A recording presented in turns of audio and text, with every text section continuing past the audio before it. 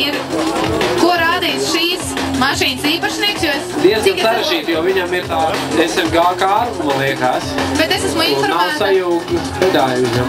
Par to, kad viņš ir mācījies Amerikā drifteru skolā, viņam ir snieguši... Nu, tas jau nevienmēr ir tas noteicošais, kur viņš ir trenējies. Ko tad var pasniegt? Nu, kaut kā viņam izskatās, ka Amerikā nav samācījuši visu līdz galam.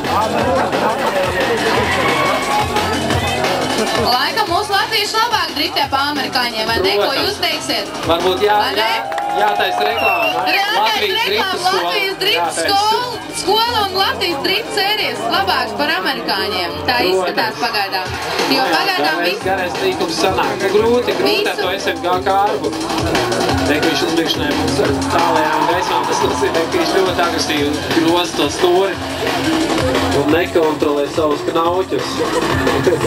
Sanāk pieaug tālās gaismas. Tad viņi parādās, pretmetiens, un kas tam mums būs šajā līkumā? Kaut ko viņam ir tur iemācījuši. Kas jau sanāk, bet nu, es domāju, ka Laikam pamāc viņš tomēr pavadījis laiku ir tādā drifteru skolā. Manā skatījumā 325. iepriekšējais dalībnieks rādīja labāku sniegumu, jā. Ko jūs teiksiet skatītāji, kā bija? Domāju, ka šāds sniegumu nevar trāpīt finālā.